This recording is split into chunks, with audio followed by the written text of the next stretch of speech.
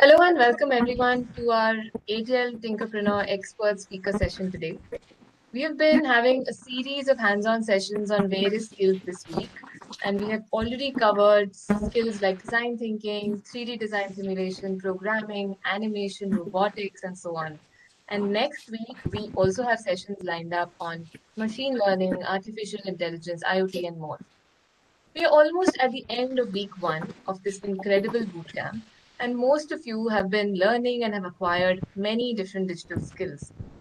We want to thank our students, mentors, and teachers for being a part of this journey that we have undertaken together, and we will work towards making it a success. Today, we have another very interesting session on a topic which is relevant not only to students but also to teachers and mentors, and that is cybersecurity. Our expert speakers from WNS Cares Foundation will share with you important tips and tricks on how to protect yourself on the web from cyberbullying, stalking, phishing, and attacks on the web. ATL Tinkerpreneur is a virtual bootcamp where many of you are learning digital and entrepreneurial skills on the web. And this session is extremely critical to ensure that you're doing it in a safe manner. WNS is a partner of Atal Innovation Mission in equipping each student, teacher, and the school to be cyber smart. Their free-to-learn module called Cyber Smart is on the Atal Innovation Mission website, and we encourage all of you to learn and educate yourself about cyber safety. WNS is a leading business process management company, and WCF, the CSR arm of WNS, is a foundation that continues to bring significant and lasting impact to the lives of lesser privileged children and the youth through providing them holistic education. We have closely been involved with ATLs and have been conducting trainings for ATL teachers on cybersecurity. Today, four very experienced speakers from WNS Cares Foundation will be talking about how to be cyber smart through simple concepts and some examples that you all would have seen and heard in your lives. So gear up and post your questions on the chat box. And with that, I invite Ghazala to take over the session. Thank you.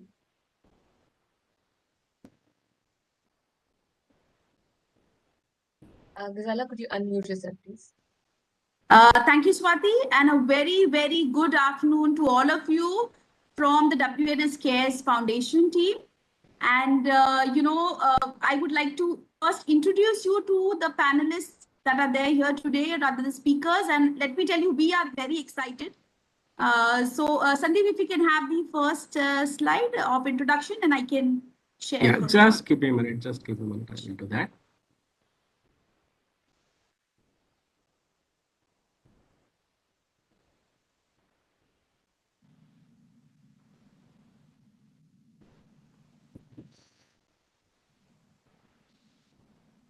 Right. So hi, everybody.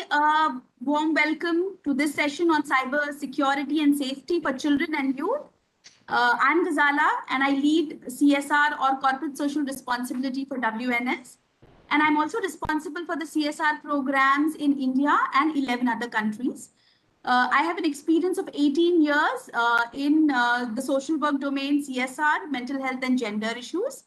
And I hold a degree from in social work from the Tata Institute of Social Sciences. So that's a little small bit from my end, but let me tell you the other leaders that are present today.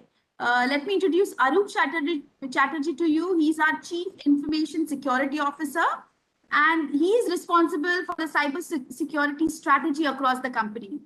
He has about 20 years of experience in IT and cybersecurity.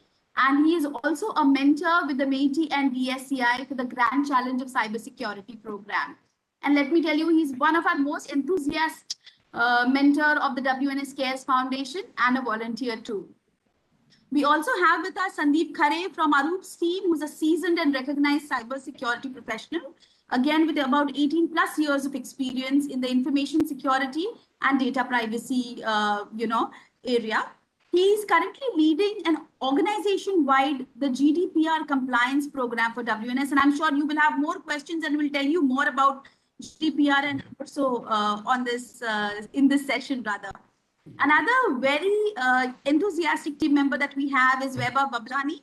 who heads CSR or corporate social responsibility for Gurgaon, Noida, China, and Philippines. And he leads the ATL Cyber Smart program and has about 17 years of experience and 5 years experience in CSR. So we are really looking forward to this session. That was a small introduction from our end. I would also like to talk to you while Swati gave us, insight about WNS, which is a BPM company, and, WNS Cares Foundation, which is the social arm of WNS. We run many, programs. Sandeep, if you could move to the next one. And I will tell you more about our work in terms of computer-aided literacy programs. We run different programs in the communities like mobile libraries, reading program, life skills. And we have a new program, rather something that we've been working from 2016, has been the cyber security program. And we've developed something called as the Cyber Smart Portal, which we will talk about. But today, for you, we have some interesting components which will not only cover cybersecurity, but many other data-related aspects, how you can defend yourself when you're in the cyberspace, how to use cyberspace responsibly, Yes. and also if you were to look at the space and take up a career in this, what all does it entails really from everybody who's involved in this career path is right here. So please make use of this session.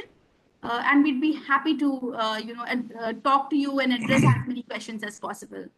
So going on to tell you more about CyberSmart, we can quickly show you a video which speaks about CyberSmart. Okay, I will just go to that.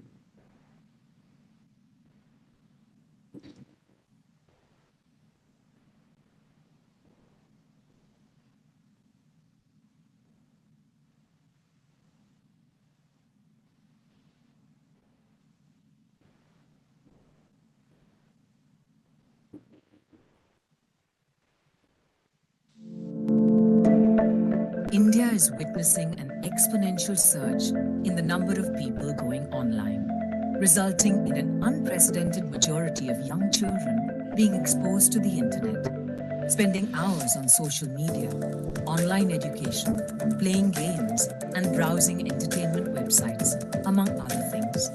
While empowering, this early and unprepared exposure to the virtual world also poses serious threats to their safety and personal growth. Devastating cases of cyberbullying, dangerous stranger contact, and other improper uses of the internet involving children are on the rise. So how do we counter this growing menace? Coming from a global digital transformation business heritage, we at WNS Cares Foundation feel responsible to build a safer cyber ecosystem. Introducing CyberSmart, a revolutionary cyber safety education platform that is engaging and empowering for stakeholders through knowledge. Just as a school secures a child's future through education and cultivation of values, CyberSmart secures their digital life through cyber safety knowledge and engagement. The CyberSmart platform provides guided tutorials for teachers to take cybersecurity awareness sessions for their students. Since cyber safety nuances differ for each age group, the CyberSmart portal has age-appropriate lesson modules. The CyberSmart portal provides a holistic and immersive learning environment, making it fun with gamification and effective through interactive quizzes. When using the portal, no personal data is captured. This secures the overall learning experience.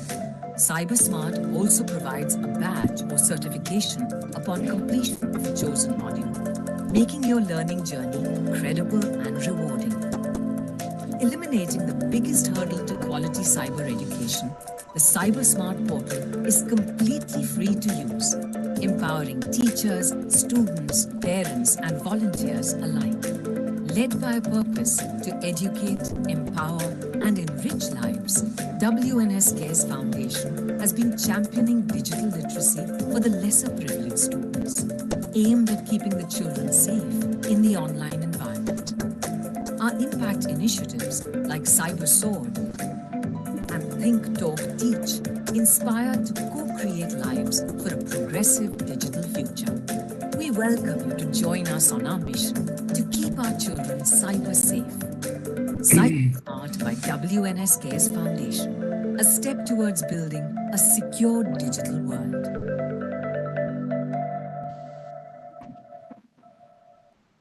So children, we work with about 1,03,000 children from 12 countries, including India. And like Swati mentioned, we also run the Cyber Smart program with the ATL school. So you will shortly receive, notices, or rather you will shortly receive your teachers who will tell you to get certified on the Cyber Smart. And we understand that, maybe y'all are the ones who may know more about Cyber Smart. And therefore, we have built learning journeys, not only for students, but also for teachers, principals, and your parents, and some volunteers who are interested in the cybersecurity awareness,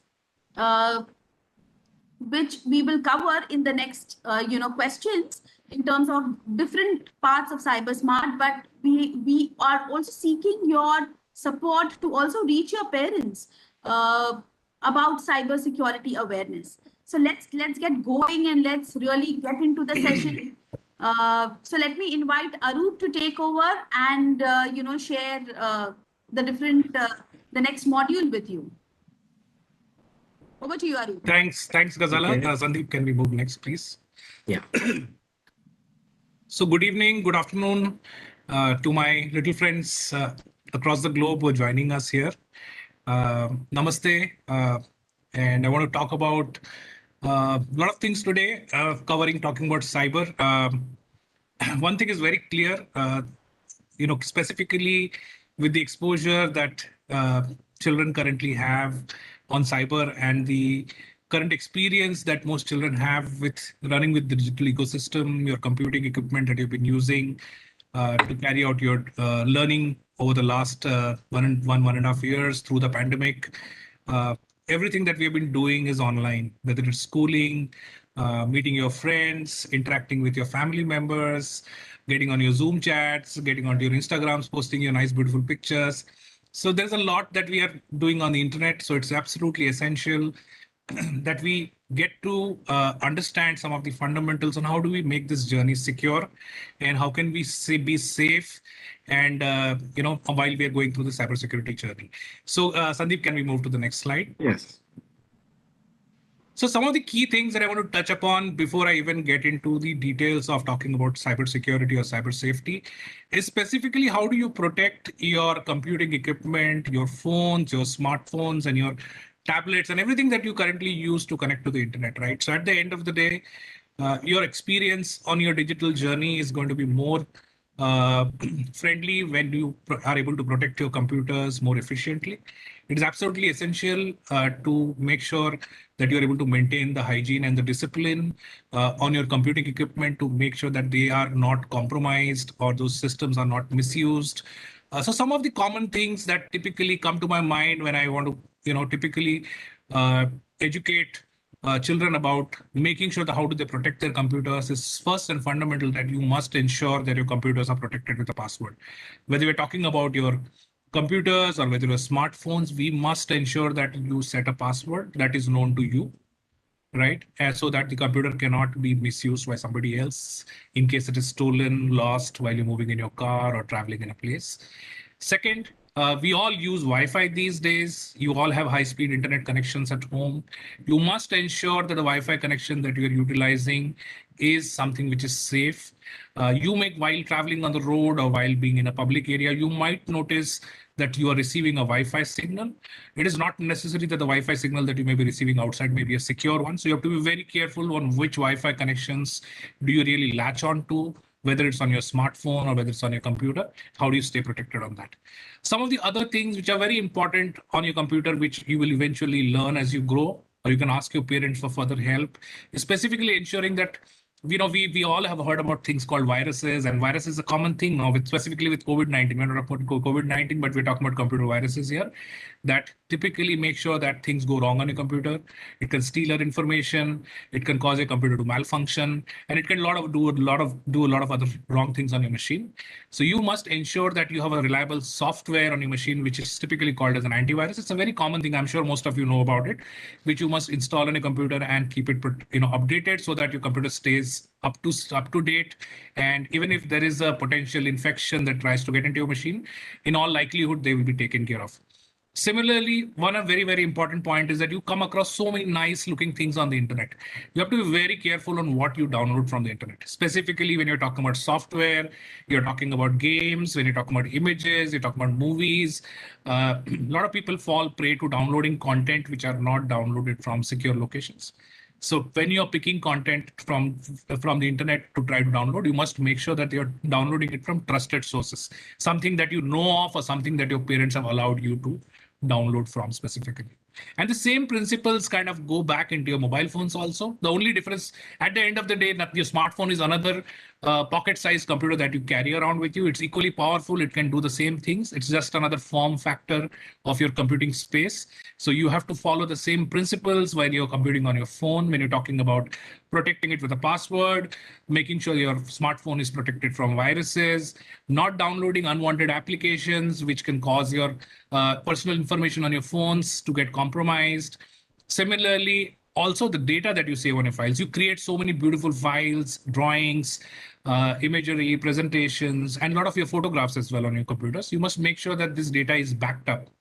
Backing up is basically making sure that in the event your computer goes bad, or if it is the hardware crashes, you are able to recover this information back. There are many ways of doing so, and I'm sure your parents can help you guiding with this specific area. Similarly, I've kind of tried to capture social media here while we'll be talking about social media security in further detail in the other sections. Is some of the basic principles, because my own children, who are probably your age, are, they have extreme affinity to social media and interacting with friends in various rooms, like chat rooms, like they go to Instagram, and there are many other platforms where children interact, including conferencing platforms which are being used by schools, your tuition classes, and your other curriculums where you currently interact. You must make sure that you maintain the same level of security within this environments as well. You do not share your passwords to your online platforms and logins, etc. there, right? You must be very careful on what content you speak, what do you post on these platforms, because it's very, very important. And also to make sure that you do not post any personal data. When I talk about personal data, it is about your name, address, telephone number, and any other details which can identify your location, geographic location, and details about your family and friend, yourself, which are two strangers. Similarly, avoiding stranger, important thing we will touch upon in greater detail in the subsequent section. Right, so this is just in a nutshell on how you can protect the computing environment around you. I think the rest of the sections where we will be talking about is to be able to prepare you with some of the common threats we see on cyberspace. Sandeep, if you can switch to the next slide, please. Is how do we make responsible use of the cyberspace?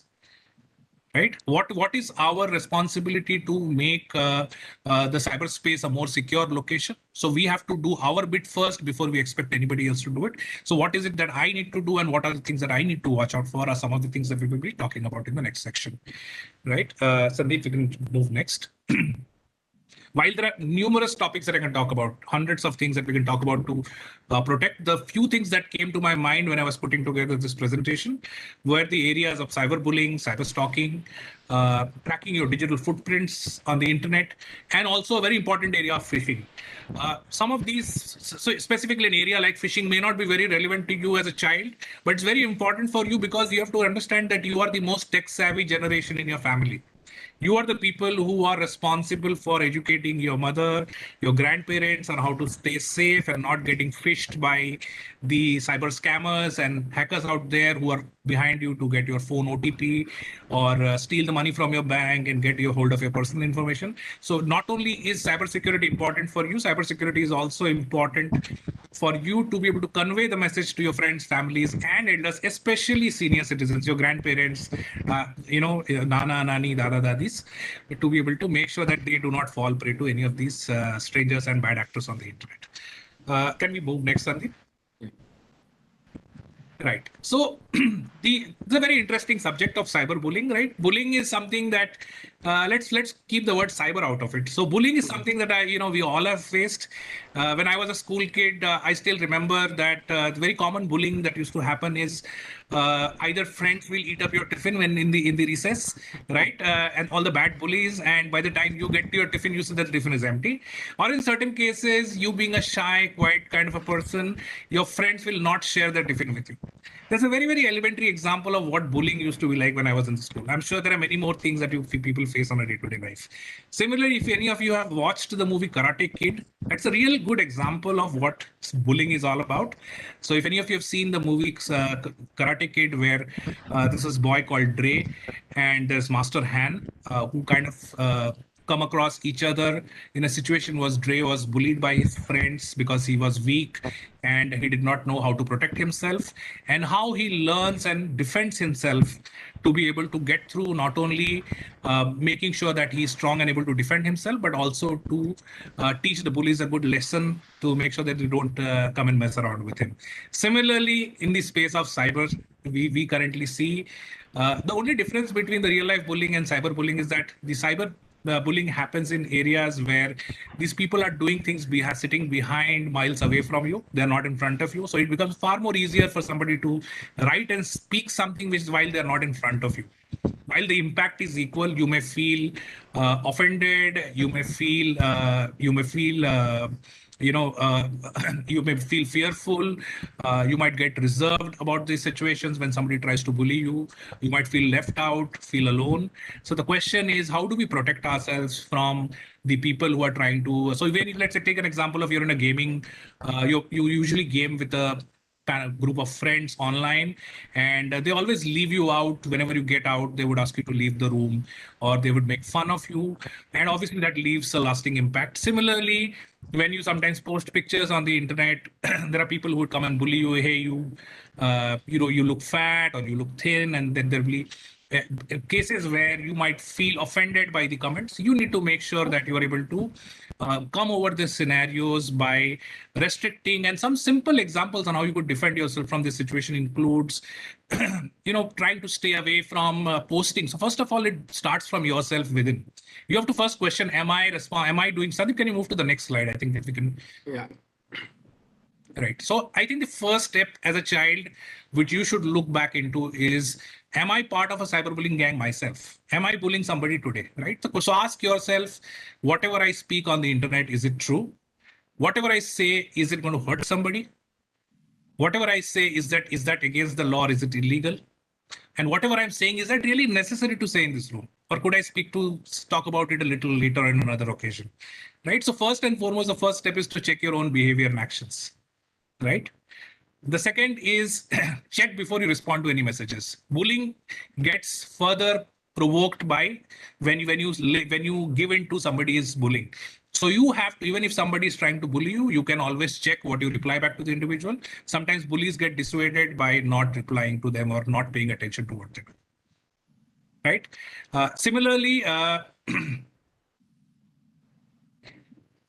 Similarly, you should not become an accomplice as a part of other kids who are bullying somebody, right? Don't gang up on somebody. That's a very, very important thing, right? You have to apply your own caution and your own individuality when you're in the cyberspace. While yes, you have friends and you will make fun, but don't push it to an extent where it goes and hurts somebody's sentiments and it really leaves an impact on somebody.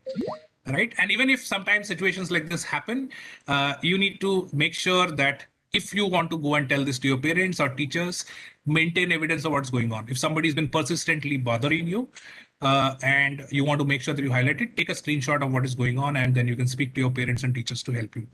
Whenever you are under stress, the most important thing, right? However grown up we are, there is somebody that we always can reach out to seek help. Right. And whenever you feel let down, make sure you talk to somebody you trust. It could be your mom, it could be your dad, friends, teachers. Seek help when needed. Right. Seeking help is not a weakness. When you speak up, you will always find that you probably have an answer to the questions you have been looking for, or find a resolution to the problem. Right. Can we move to the next slide, please? Yeah. Before, I just would like to add, what Arup said. So one of the important point here is to, like Arup mentioned, checking the self behavior. Because if we stop the problem at the source, that's where, say, if you are checking your behavior, what you are doing, you are putting a stop at the source itself. And once you do it, you have solved half of the problem. So that's a very important message which we need to follow. As a children, you need to check on your own behavior and then check for the other things, whether could be a potential cyberbully. So with that message, I will move to the next slide. I would also like to add one more thing. If you look, I will put the Cyber Smart link on the YouTube page also. On Cyber Smart, you also have numbers of the National Cyber Crime number. You also have Responsible Netism, which is one of the NGOs that works on psychosocial aspects of cyber safety. We have these helpline numbers also on the portal, which you can make use if you face a situation of cyberbullying or any other problems related to cyber safety. In fact, to add to that, Ministry of Home Affairs has included a Twitter handle by name of Cyber Dost. They call it a Dost. It's a friendly word term for so that children can go to that and can talk about it, their problem openly. They've also launched a national helpline number in which, if somebody is not able to identify where to report, they can discuss with the counselor and then they can do the reporting. So it is very, very important thing, and that there is a national help which is available to you at a national level, backed by government. And this portal Cyber Smart is free for all. So like we have few questions who are saying that, is there any charge to this? So this Cyber Smart portal is free for all. So anyone and everyone can use this and get benefit out of it. Sure, I'm getting a few interesting questions through the YouTube channel. I'm taking a note of them, and I will definitely make sure that I answer each one of the questions depending on how much time we have. Right, so keep the questions flowing, and we will try our best to try and see if we can answer the questions. So I think the next topic of conversation is about cyber stalking and online predators. So this is a problem a lot of us face through at some point or the other in our journey on the internet. This is not just an internet specific problem. As I said, everything that happens on the internet is also a live problem that we face in real life. The only thing is in cyber, sometimes people who are actually causing these issues will be behind the wall or behind in a different area, or they would be doing it remotely. So the only difference is the ability for us to recognize and comprehend some of these situations. So we have to be more careful on cyber, because people can do far greater harm sitting in a distance without even being close to you. Right. So cyber stalking is typically a situation where somebody is persistently and repeatedly trying to follow or harass you on the internet, right? Somebody, a stranger, or it could even be somebody who's known to you, right? And stalking you for various reasons. It could be, reasons unexplained. But the primary reason is that cyber stalking leads to very, very difficult situations for individuals. It's not a problem that only children face. It's a problem children and adults face alike. But you have to be more careful, because you're more susceptible to falling prey to online predators who are specifically looking at exploiting children and their weakness and their innocence, right? So we have to be some very, very important things that we need to keep in mind, right? So we all like to be on Instagram. We all like to be on the nice looking channels, putting up our beautiful photographs from our birthday and the nice photographs that you clicked while you were eating ice cream, and the nice places where you went and you tagged yourself that I was having coffee at Cafe Coffee Day at X location. A lot of this information gets tagged and is available online. So you have to be very careful on what information are you making available to people in public domain. When I say public domain, is people who are beyond your friends, family, or people who are known to you, right? So any information that you put up on internet stays there, and it can be used against you, or to be able to find where you stay, where you live, what do you do, what are your interests. So be very careful on what information do you put online. Secondly, whenever you are posting content, so the privacy settings you use within Instagram or Facebook or any of the other channels that you use, including posts that you may be sharing in your online status on WhatsApp, etc.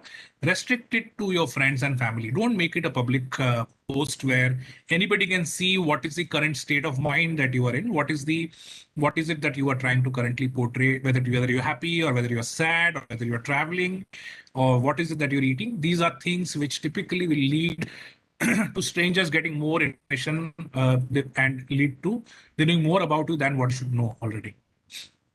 Never post your personal information in forums, which specifically includes things like your home address, email addresses, phone numbers, place where you stay, etc. This is very, very dangerous. It is not only dangerous from a cyber perspective, but it can also cause physical danger and safety issues to you and your family. Right. Similarly, what follows back is we are very keen to let everybody know what our date of birth is by putting our date of birth on Facebook, etc. So be very careful on what is the extent of information do you really want to put there, right? Secondly, whenever we get onto online forums, we keep getting flooded with online requests for friends who want to come and talk to us, join us. So you have to really be careful. How many friends can I really entertain? And do you really want these unknown strangers?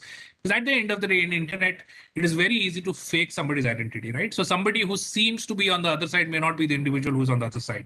So somebody who tries to be your friend, a nice looking, charming guy on the other end, may not really be the individual that you're really looking for, right? And he could actually be a cyber or an online predator on the other end.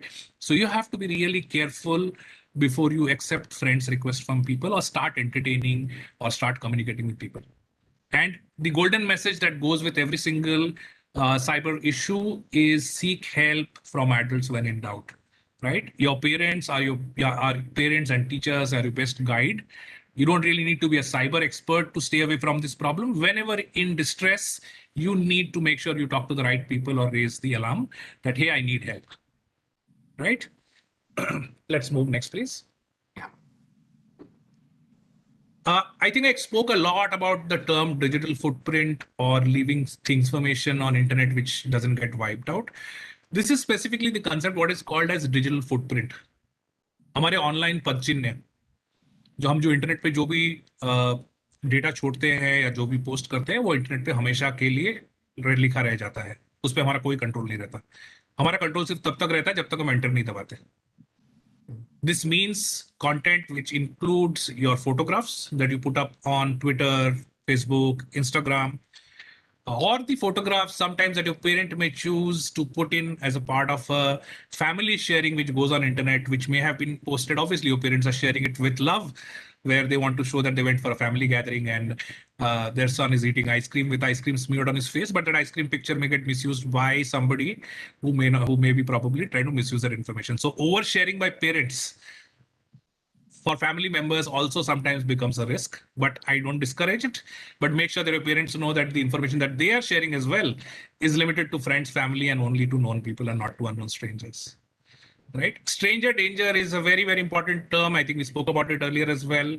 Beware of strangers, what we see on internet. A guy could be a girl could be a guy. A 20-year-old could be a 70-year-old guy. A 70-year-old guy could actually be a 15-year-old boy sitting on the other end. Right? It is very, very deceptive. So don't go on looks, don't go on somebody's charisma. You have to make your own judgment on how do you choose your friends and who do you choose to communicate with. Right? Another very popular technique is finding the number of followers that we have, right? I have only 50 followers on my Twitter, but my son has 200 followers on his Instagram and my daughter has 1,500 followers on her Instagram, right? So the question is, don't count the numbers, count the number of trusted followers that you may have there. So when you post anything on social media, which could include blogs, video blogs, etc., you make sure that the content should not be such that it can be misused against you, right? So the videos that you put in or the audio clips that you put in or the messages that you put in should not lead to any situation where it ends up hurting somebody or hurting you in any way or the other in future. Not now, but maybe it can come to haunt you a few years later or maybe a later part of your life, right? You bear the responsibility for anything that you post online. आप जो internet पर डालते हैं उसकी पूरी जिम्मेदारी आपकी है. उसके लिए डालने के पहले 2 बार सोचें कि मुझे ये डालना चाहिए कि नहीं डालना चाहिए. मैं जो भी कह रहा हूँ बहुत डरावना लगता है कि whatever we do looks scary, is cyber so bad? So the question is, it is not bad. It's a beautiful place to be. it becomes bad by the bad things that people do out there. Right? So we have to be careful on what we put there so that this beautiful internet, which can be used for doing so many nice things, staying in touch with our family members, friends, talking, playing games, and so much of knowledge out there and make a career out of internet, does not get misused to cause you harm or distress in any manner. Arup, I would like to add one thing. जैसे अरूप बता रहे थे कि ये बहुत ही डरावना लगता है, लेकिन बट ये जो चीजें होती हैं अपने साथ, ये बहुत नेचुरल लगता है. सडनली आपके साथ कोई संपर्क में आएगा जो आपको कॉम्प्लीमेंट कर रहा है, आपके पिक्चर्स के बारे में तारीफ कर रहा है, और आपको लगता है कि oh wow, you know, it is a good feeling when somebody compliments and appreciates. लेकिन ये किस रीजन से आ रहा है और ये क्यों हो रहा है, इसके काफी सारी चीजें हो सकती है.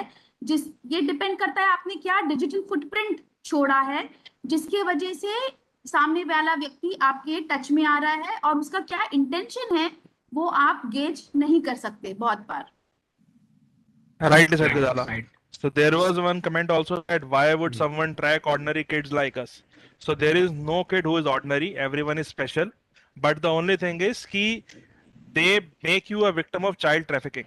So that is a very harmful thing which is happening to us. So it is not that कि वो हर बच्चा safe है या हर बच्चे का उनको क्या काम है. But child trafficking भी इसी वजह से ही होती है. They do stalking you. वो आपका पीछा करते हैं, वो देखते हैं आप कहाँ जा रहे हो, आपके पेरेंट्स ने क्या फोटो अपलोड करी. सो एग्जाम्पल में जैसे हमने अभी तो नहीं बट वैसे हमने पोस्ट डाल दिया we are going to watch movie. हम 3 घंटे के लिए मूवी देखने जा रहे हैं पेरेंट्स के साथ, पूरी फैमिली के साथ, और पता लगा कोई फ्रेंड आपका फेसबुक पे है जो कि इसी पर्पस के लिए है कि वो आपको स्टॉक कर सके. तो उसके पास पता है कि 3 घंटे मेरे पास टाइम है, I can go to your place and I can rob you.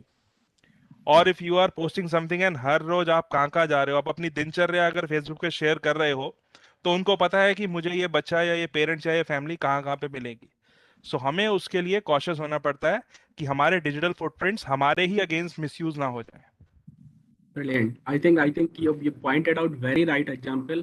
These are the risks, and that's how when we say that privacy, the principle of privacy comes in. These are personal data, right? Somebody might be doing a geolocation enabling, like you mentioned, that on Facebook you shared, you checked in somewhere, you checked in a hotel, you shown that you are out, right? And then somebody is spying on you because they are following. So then they can potentially do harm. They can do many things. These activities and what their intent is best known to them. So we need to be very, very careful at what we are sharing. Check it. What we are sharing. Sometimes we do not know, what we are sharing. Like say location is just one example I have taken. And also there are situations when you find that you are not the one who was creating digital footprints, bad digital footprints on your own, but it is someone different. Like say you're potentially a friend of yours, or somebody like say your maybe an old friend in a school. He has tagged you in some offensive content. So just have a check on that. If you are checked in, somebody has just tagged you in the offensive content, do a review of it, remove all those offensive checking, because it depicts a picture. Like say it's an online picture. What you are doing in the real world, it's a reflection in the cyber world. So just do a check, because आपकी ये जो picture है ना digital space में, it reflects who you are in the digital space. So be very, very careful, because you guys are the future millennial kids, and you are in this Tinkerpreneur mission, probably doing certain cyber innovations.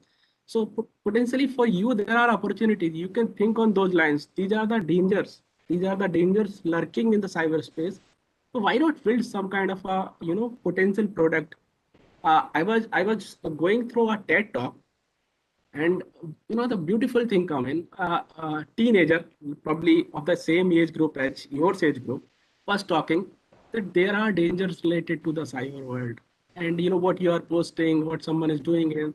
And she thought of building a product like a rethink product. I do not know whether that's it's live, somebody is working on it, but there are innovations which people are thinking on just doing a self check on what you are doing, what somebody else is doing on it. I just leave you with that those kind of thoughts, probably for you to take it forward to a next level. maybe potentially we are seeing someone from you emerging into a potential entrepreneur into the cyberspace. So just I will leave you with those kind of thoughts. Thanks, Sandeep. I would like to spend a few minutes answering a few very interesting questions that have come up, right? Because we'll take it in breaks. I think since we were talking about digital footprint or digital panchanya जिनको बोलते हैं. So somebody asked, are internet searches part of digital footprint? Very, very important and very, very interesting question. So at the end of the day, friends, remember the search engines that you currently use are free to use search engines, where at the end of the day, the providers who have created this beautiful search engines, which are literally a source of gathering anything that you want to know. You just type whenever you want to ask something, you put up the question there, you get your answer. Remember that this information is tagged back to certain demographics, and when I say demographics, it means who searched, what did he search, what was the time of the search, what was the location. If somebody let me give you a simple example. Whenever I searched, let's say best vacation places in India, or best mountain vacation resorts in India, right? And I do my survey and I forget about it. The next day, my linked account on Facebook suddenly starts showing me ads of the finest hotels that are currently available in certain mountains and other places. That means there is an engine that is running behind, which is reading this information, processing this information to be able to indicate my likings, dislikes, and my patterns of what this individual is probably intending to do or intending to buy or interested in, right? So this information, while it may be used in restricted scenarios, but yes, you do leave a digital footprint even while you're conducting searches. So even if you're searching for things which could actually be something which may be illegal, there could be scenarios where this search can come back to you to haunt you, right? So be very careful while you are performing these things. First of all, you should not do any illegal activities on the internet, and also keep in mind that whatever you search on internet is archived somewhere. Somebody knows about it and also knows who searched and from where did he search. Right? This is one of the questions which came in. The other question was, what's the use of antivirus if there is a device gets virus? Please answer, what's the use of antivirus if then also our device gets virus? Okay, very good question. Right. So this is exactly like the situation that we have with COVID-19. Everybody says that once you get vaccinated, you will never get infected. Right. So it is antivirus is typically or is building immunity for your system. It is protecting you against the most serious issues that you currently have. It's not really a like-to-like example, but it's similar. So today, if there are 100 different types of viruses or malware or types of attacks that are there, while there are different types of antiviruses which exist, most well-known antiviruses will protect you against most well-known threats. So rather than completely sitting ducks with no protection behind you, you rather put a protection which will at least be able to take care of 80 to 90% of the potential issues which can cause you harm. Right. So it is very important that you have an antivirus on your systems, especially on the Windows PCs, because they're more susceptible to getting compromised here. Yeah, and just to add to that, so please keep updating the antivirus also, because ऐसा नहीं है हमने antivirus डाल दिया और उसको update नहीं कर रहे, because every day there are new viruses and new threats coming on, so we have to keep updating our antivirus also. So that's how we can be sure. Yeah. So in simple terms, some of these things that Weber mentioned is something that happens automatically in most of the software that we currently utilize. But yes, the key message is that just having the software is not important. It's also important to keep that software up to date, right? There is another question that I currently have here. Searches, I think, came up 2-3 times. Somebody has mentioned that hackers use Linux operating system, right? One second, I lost the question.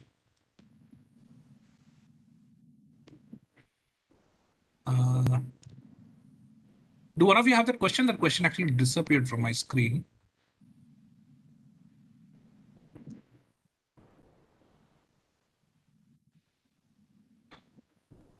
Yeah. So it was hackers use Linux operating system. If we make it paid, the starter hacker don't start it. So that will help to solve the situation. Okay, very good question, and it is on the right track. I hope you are not intending to get into the space of hackers. So it's not a nice place to be in. You should be the guys who are fighting the hackers to make sure you keep cyberspace protected and yourself and the nation around you, right? The point is that Linux is just a type of an operating system. Yes, I realize that the variants or the flavors of Linux are mostly available to download for free to use under various licensing arrangements. However, I don't think that deters anybody from learning hacking, right?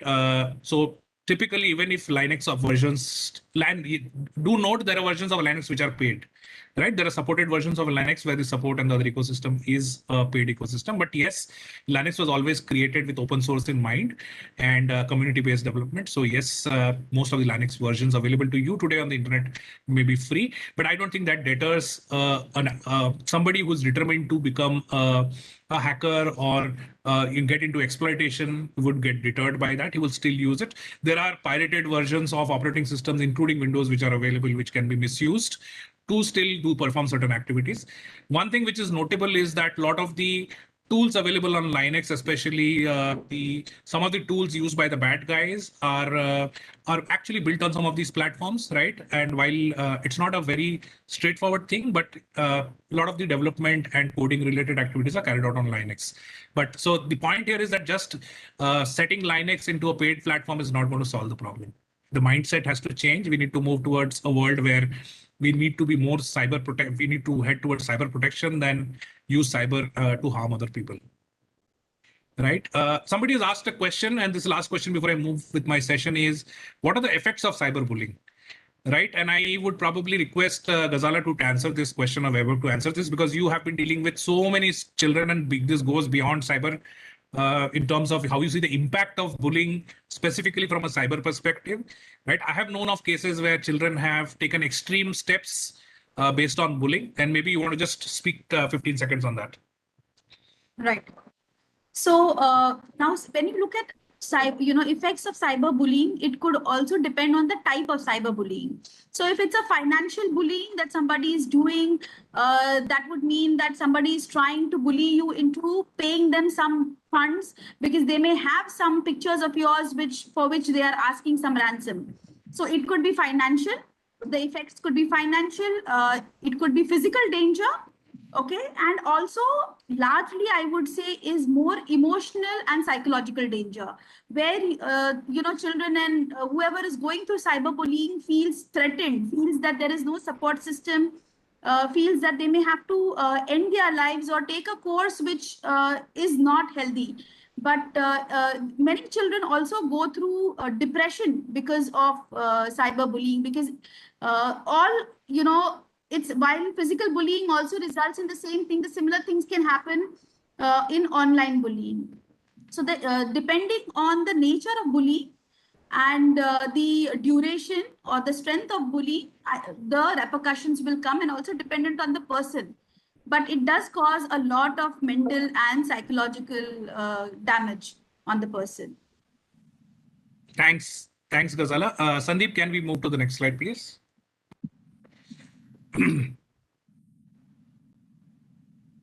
Right, my favorite subject, phishing attacks, right? Phishing attacks, the word itself resonates. Somebody's trying to fish a fish out of the pond, right?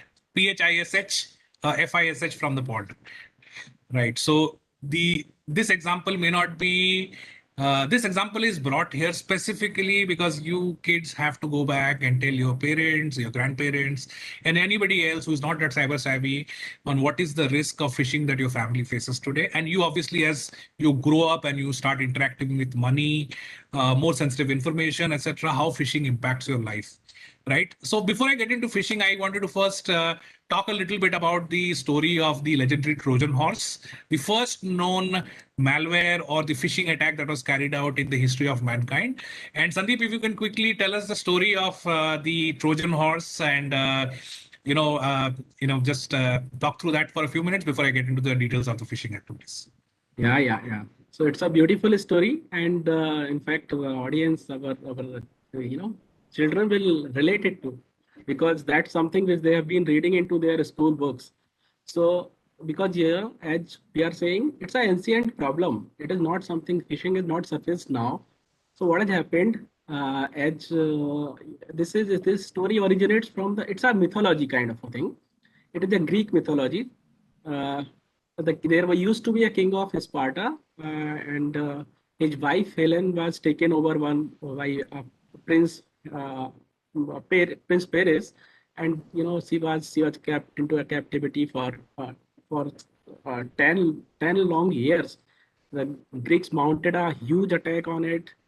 They completely barricaded in the complete. They were trying to get into the city of Troy, but the castle was so strong they could not get in. So the huge difficulty after long 10 year of war, they could not get in. So what they thought, let's do something deceptive. It's a decoy technique, like it's a what now we are saying, luring someone. So they pretended that they would sail away, and they are leaving a huge wooden horse. And what they smartly done, one of the captain Odysseus, he thought that if we use the best of our soldiers and head into the cavity of the wooden horse, then someone will take it inside the fort. And actually, that the same thing happened, because when the Greek army pretended to sail away and they hid behind the mountains and somewhere, and the same night, the Trojan king, the citizen of Troy, they came out. They said, okay, so it looked like something, a peace offering, or the Greeks had surrendered. They thought that they could not win, so they had left a wooden horse for us, take it inside. And when they took it inside on the same night, when they were sleeping, the soldiers came out, they opened the gate of the castle, and finally they won the war, which they could not do over long 10 years. So just consider this, that 10 years somebody could not fight you with the physical forces, and they just get in with the defeat. And the same thing which applies to the real world scenario. So here, as we say that there are no free lunches. So it's not only valid for the physical world. Same thing applies in the cyber world also, because it's a reflection thing, right? So cyber world में भी यही हो रहा है कि आपको क्या कर सकते हैं पोटेंशियली, लाइक चाहिए यहाँ पे चारा वो फेंक रहे हैं, मछली आप हैं, they are trying to get you as a मछली, आपको वो ल्योर कर रहे हैं. Techniques could be many thing. Digital channel को यूज करेंगे, आपको ईमेल कर सकते हैं, वो आपको टेलीफोन पे कॉल कर सकते हैं, WhatsApp message, text message with link, certain links. They will give you certain links, ask you to click on it. Say sometimes it's very difficult for you to just put a phone call and say, give me your credit card number. They won't do it. They use some deceptive techniques, like say crafty email, which look like somebody is in real panic and maybe trying to seek help in form of certain money, or it's a customer service from a bank, where they are saying that your bank account may at the risk of the closure if you do not take a certain action. They embed a link, and the link goes to a fake website. It's a crafty website with host malware, or it could, even if it is not hosting malware, it could just contain some kind of text where they will ask you to input your user ID, password, and other things also. And then they have set it up for the trap. You could fall into those kind of trap. So there are techniques which you need to understand. And I think over the next slide, we will talk about those techniques, that how to, prevent yourself from from this kind of potential phishing techniques. So I will just move to the next slide. And I will hand it over to Arup to talk about, how to identify phishing. Yeah. Thanks, Sandeep. I think you covered it very nicely. I think the one thing that I wanted to just correlate with phishing, children, you have heard about hackers and the magicians who suddenly find access to your mailbox, how somebody stole the money from your bank. These things sound so magical that, there must be somebody who must be really cyber savvy, sitting in front of a black screen, typing text in green text and doing some magical things, right? In a lot of the cases where people get exploited or they get hacked are due to common techniques like phishing, where unknowingly you become a victim of something called as social engineering. What social engineering necessarily means is किसी को प्रलोभन देके फंसाना. They will lure you into revealing your information by pretending to be either expressing the sense of urgency. They will incite the sense of fear, doubt, and stuff like that. Right. So, for example, I might just receive a message from one of my friends' WhatsApp stating that, hey, I'm currently in a very bad situation. I am infected, and my whole family is currently infected with COVID-19, and I'm in ICU. I'm not able to take your calls and respond to your calls. I urgently need money, and here is my bank account number. Right. In most circumstances, most people would go out and probably go out and help him. Contrary, while this situation could actually be real, there could also be a scenario that that particular person's WhatsApp was compromised. Right. I have recently seen a case where somebody's WhatsApp was hijacked by somebody else, because whenever you configure WhatsApp on somebody else's phone, it generates a OTP requesting whether that particular WhatsApp configuration was actually intended to be reconfigured. And then sometimes in our miss, we part that information with strangers, typically depending upon, again, somebody trying to lure you with sharing that information with an individual. So in this particular case, the WhatsApp being compromised, you end up sharing the money, and the money then goes into a black hole and it is lost. Right? When your friend, by the time your friend realizes that his account was compromised on WhatsApp, the money is already gone. The fraudsters have already taken the money away.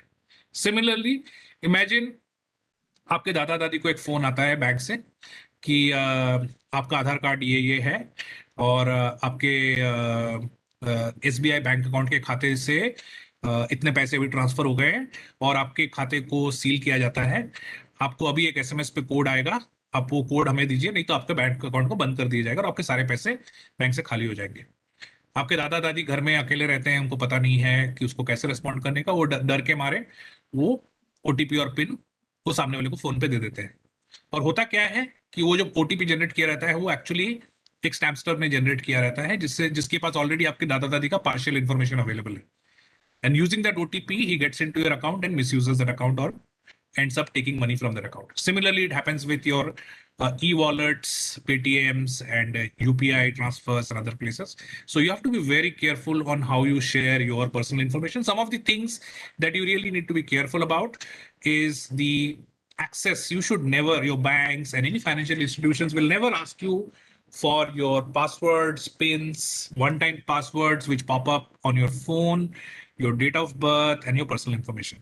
Banks will never ask you for this information, right? Similarly, whenever somebody has an urgency or actually a general charitable need for money, always pay to the source rather than paying to the requested information which is received over WhatsApp.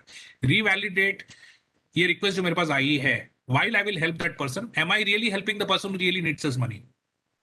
Right? It's a very popular attack which is happening recently in the pretext of COVID charity, right? So we have to be really careful on how we deal with this. Similarly, receiving phone calls from random numbers, people who might call you, scare you, intimidate you. Are these real calls? Right?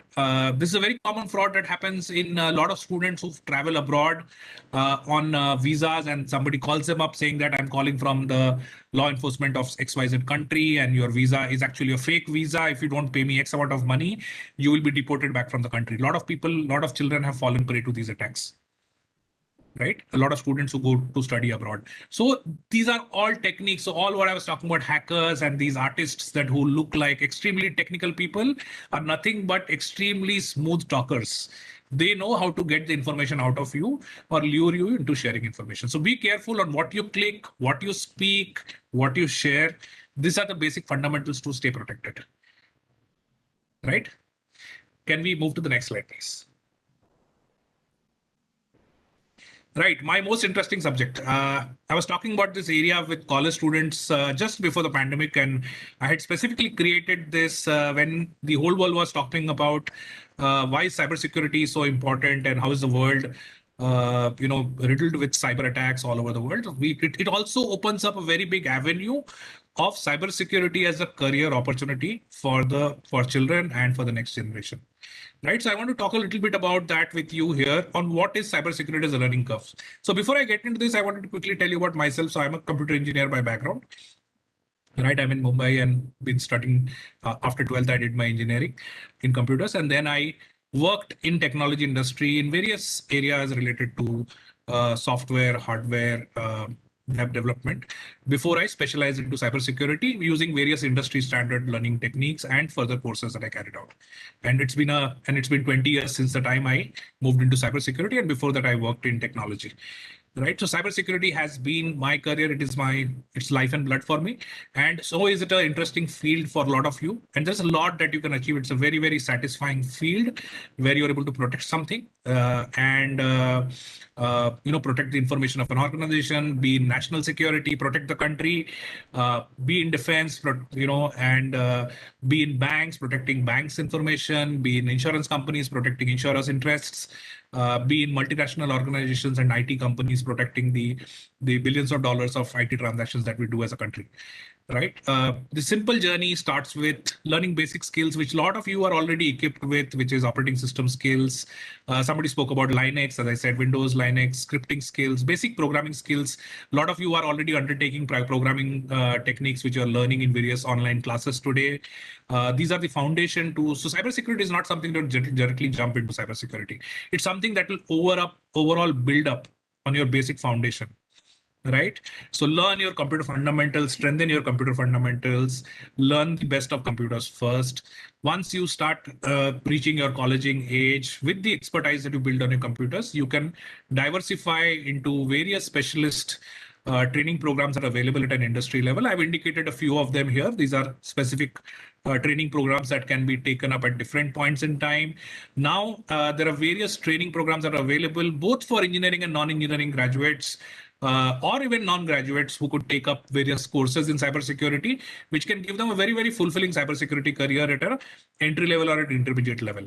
Similarly, cybersecurity has master's courses as well now in India, and there are many opportunities abroad where cybersecurity, cyber law, data privacy, or risk management as a practice. There are various ways of diversifying into this area, which varies right from building equipment for securing, telecommunication equipment, national security, network security, or building internet security, AI, ML. The opportunities are countless. Anything that you touch in technology needs security, right? So cybersecurity is a very, very prominent field, and this is an area which is worth exploring as you progress through your careers, and see if this is where you can make a very, very fulfilling career out of your lives. Right? Can we move next, Sandeep?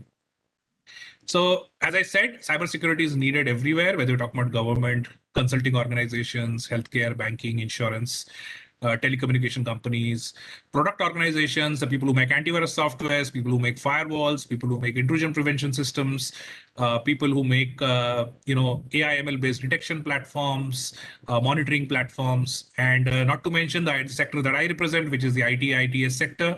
We are one of the largest employers of cybersecurity talent within our own organization for protecting the interest of the organization and our customers, right? And so this is an area which you should definitely keep in the back of your minds. Can we move next, Sandeep? So with that, this is the slides that I currently had. I have a pile up of questions from all of you, and I will try to see if I can answer all of them. I just wanted to do a quick check with the team here on how much time do we have before we wrap up this session. So we can take questions for another 5 to 7 minutes. Sure. So, okay, I have a question. In some sites, people ask the gender. Is it safe to give your gender? Now, it's a very, very wide question from my perspective.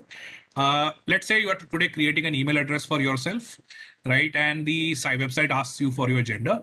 I don't think that's really going to make a difference. Even if you put a gender as a female there, and you are a male, I don't think there is much of a difference that email address is going to create. But if you are on a dating site, or I don't know whether it's relevant for you at this point, at this age group, but if you're on one of these sites where there are specific analytics that are carried out on profiling you, right? Depending upon what additional information have you provided. Let's say you put in your photograph, or you have put in your address and your further details. That is where the gender related information probably could be detrimental, but it's all in context of where are you really sharing this information and what is that information going to be used by, and obviously the reputation of the platform where you're sharing this information. right? There is something called as privacy notices that get attached with a lot of these websites where you currently post your information. So you have to really validate whether the platforms where you're, parting away with your personal information, is it really a safe place to be? The next question. Swaroop, I'll take one question. Yeah. There are some people who are watching on YouTube who would want the links to CyberSmart. There are two ways to go to the CyberSmart website. One is through searching for WCF CyberSmart on Google. So we've got a link there. And we also have a link from the Atal Innovation Mission page. So Sandeep, do you have the links on one of the slides which we can display? Or I'll paste that in the chat on the Facebook. I have also pasted it in the chat. YouTube. So- Yeah, I posted one in the YouTube chat, so I'll put the AM also. Also. Right. I have received a question which says hackers sometimes can make programs to get information from you. Yes, there are various techniques that hackers can employ. Every day there are new techniques that are evolving, and as techniques are evolving, so is the cyber defense around these techniques that are evolving. So typically the techniques and tactics used by these attackers are also getting tracked. So these could mean somebody's trying to create a program which gets embedded with a specific code. By when you install it on your machine, it starts staying and start reading your information. Whenever you type something on your keyboard, that information is getting written somewhere. Whenever you're typing a password, that passwords automatically get sent over Wi-Fi to their servers, or what we call as the command and control servers of the attackers, and the information gets passed on. So yes, hackers use programs or codes or scripts that get pushed to your endpoint or your computers, which typically get conveyed back to the attackers over the internet as a medium, again, covertly, without you even knowing about it. And that information obviously can be misused against you, right? So this is one of the questions that I got. I learned whole coding from internet. Now I am freelancing and I work with many buyers whom I provide service of making programs. How do I ensure I am safe there?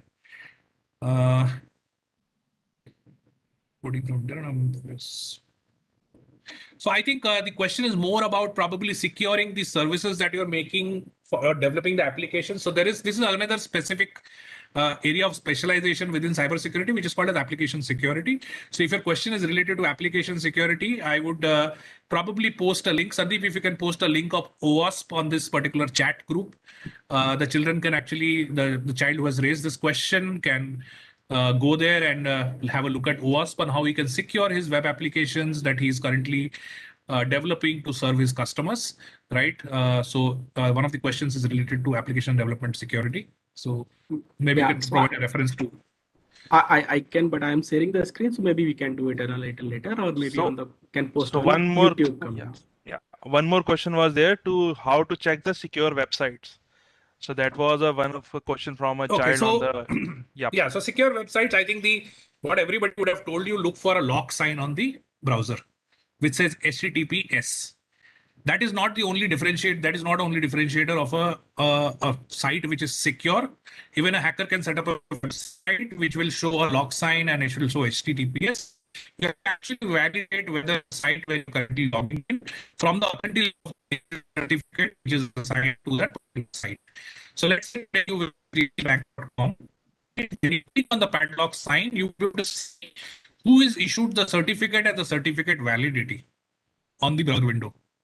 Right, so that is another way of checking whether the communication between your computer to the destination website is actually happening over a secure channel, and whether the source that you're currently accessing the URL from where you're accessing the information is indeed the source, indeed the provider of the information that you intended to log into. So tomorrow somebody could set up a fake website of HDFC Bank with a spelling mistake, HDFC Bunk, or they could call it with another error in there, and and put a lock there, registered in his own personal digital certificate, right? And send you the link that, hey, visit this website and make a transaction for me for making a payment. The minute you put in your username, password, your password will the only thing that will happen is your transaction will fail. Obviously, nothing would happen, but the username, password to your banking credentials will go to the bad guys, right? So you have to be very careful on even the protected sites that you typically see. Is it really the site that you really want to visit, you have to make that validation yourself by looking at the padlock and the certificate attached to it. Okay. So like sometimes if we get calls from different country codes like +15, then will we be called to be phished? I don't know what +15 is, but I definitely know there are certain countries which are known specific, or there are certain country codes from where what we call as a high toll calls typically get generated. Whenever you answer these calls, these are toll numbers. You get typically billed for picking up calls from some of these numbers. I don't know whether some of these are still in practice, but this used to prevail earlier, where if you dial this number or if you pick up this number, then there is a specific fee, or the money gets deducted from your overall telephone. It appears in your telephone bills. Secondly, the source of a phishing attack could be anybody. It's not necessarily come from +15. It can come from a +91, from a number within your circle, or from the particular districts or city where you live currently. And while there are certain specific pockets in India where we currently see phishing and phishing attacks typically originating more prevalent from, but at the end of the day, any citizen could go into any other state with an Aadhaar card and buy a SIM card, or even buy. I've heard of people buying fake SIM cards as well. By pretending to be somebody else, right? So the question is, you have to apply your diligence unless and until you recognize the sender to be your friend, family, or a known person. That is very, very important, right? I'll take 2 more questions.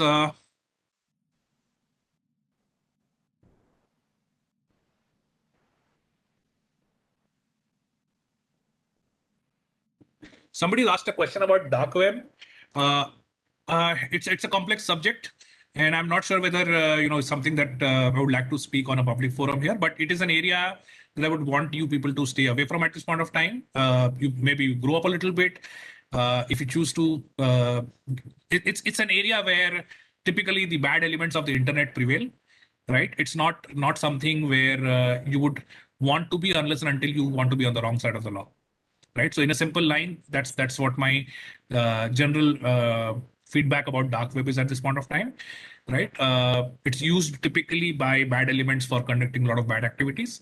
And even the usage of dark web is carried out on different browsers. It's not carried out on the traditional browsers that you use for your day-to-day computing, right? So it's an area that I would probably suggest from refrain from making any comments at this point of time, and also suggest that I would recommend the children out here to stay away from dark web or be influenced by dark web. Somebody said, sir, is sharing our Gmail ID safe? And sir, why did the Chinese apps got banned in India in 2020? Okay, very important, very good question. I will try to answer it with some, with limited context right now, because I cannot provide too much of detail around this, even though I can answer the question. The first is, obviously, you can share your Gmail IDs with somebody else if you want to communicate with that other person. So if you want your uncle, auntie to send you an email, you obviously would share your email address with that person. Your email address could be abc@gmail.com, and you definitely need to share your email ID in order to receive content from them. But again, go back to my message about sharing content with strangers. So I would not want you to share your email address with a stranger who can start sending you emails and keep tormenting you every day. They will keep writing to you and sending you messages which may not be to your taste. So please choose who do you want to share your email address with, even if it's a Gmail, or whether it's a Microsoft, whether it's Outlook, or whether it is yourname.com email address, it doesn't matter, right? The second part of the question is what? I will just add one dimension to it, Arup, because I think potentially they might be asking whether the user ID or password of the Gmail account could be shareable. To answer to that, no, that is definitely not. That is definitely no. Yes. So answer to that will be strictly no, because it's your account and you will not allow someone else to pretend acting as you. So answer to that will be clearly no. Yes, you are not going to share your username passwords with anybody. At best, you can keep some kind of a memory. I don't know how you really store and maintain your memory at this point of time, but everybody has different ways in which they store.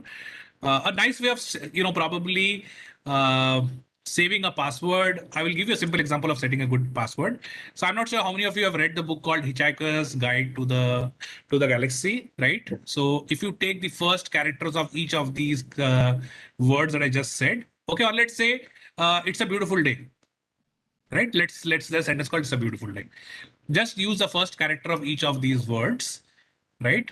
Add the first character as capital, right? And choose the first alphabet of each of these words and attach a special character after that and put a random number after that, right? So that will make a complex password, which you will have to remember as well, because it's a sentence that you know. It's a beautiful day, everybody can remember.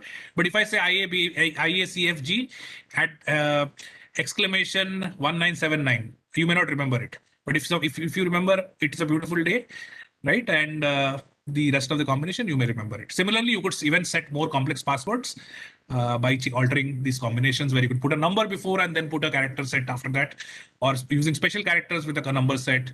And the longer your passwords are, the more difficult for anybody to crack your passwords, right? Especially on trusted mediums. In terms of Chinese apps, the question was about Chinese apps. I think it is about a national policy, because we believe that some of these applications, the Chinese apps that you were installing on your phone, if we go back to our messaging on protecting smartphones, the smartphones collect a lot of information. A lot of the apps that we install, they collect a lot of information, which would include access to your camera, access to your personal data, access to your files, access to your memory settings, access to other applications installed on your phone. So it could actually be reading information from your phone and passing it over to a third-party server, just like how a hacker would have typically done. But this is being done in pretext of a app like a TikTok or any other application. TikTok, I'm just taking an example, and not necessarily be a bad one, but any of the other applications, whether Chinese or anything else, could be probably used or could have been used for carrying out certain covert activities, because of which our government decided to probably apply caution in terms of restricting these applications, right? So let's respect that and ensure that we do not use these applications, which is in our best interest. With that, I think I'll probably take a close on this, and I'm sure we could have spoken about this subject for hours, and I mean, it gets more interesting as we speak more on this area, and it would have been much nicer if you would have been sitting in a room where I would have been seeing some of your faces and talking to you. But yet, it's been a wonderful experience for me to come and talk to you, and pardon me if I have not been able to answer some of your questions or not been able to explain a subject to the detail that you expected it. I've done my best. I did not do any homework here. I just walked in and took the session today. But if I given an opportunity, I will try to do better than this next time. Thank you so much, Aru. Thank you, Sandeep, Ghazala, Vaibhav. It was such an informative session. As we can see through all the comments, it is a session that was much, much needed in today's day and age, where most of the schools are shut and children are using virtual mode for all kinds of learnings that they're doing, and it's on the web. So I think the session was really, really informative and very interesting. Thank you for doing such a detailed presentation, and to all the children, we have pinned the link to CyberSmart on the YouTube comments. So please see that. You can do a detailed training on that link. And with that, we would take your leave. Thank you for your time today. And join us tomorrow at 11 a.m. We have a very special session planned tomorrow as well. So thank you to the WNS team. It was a pleasure. Thanks a lot.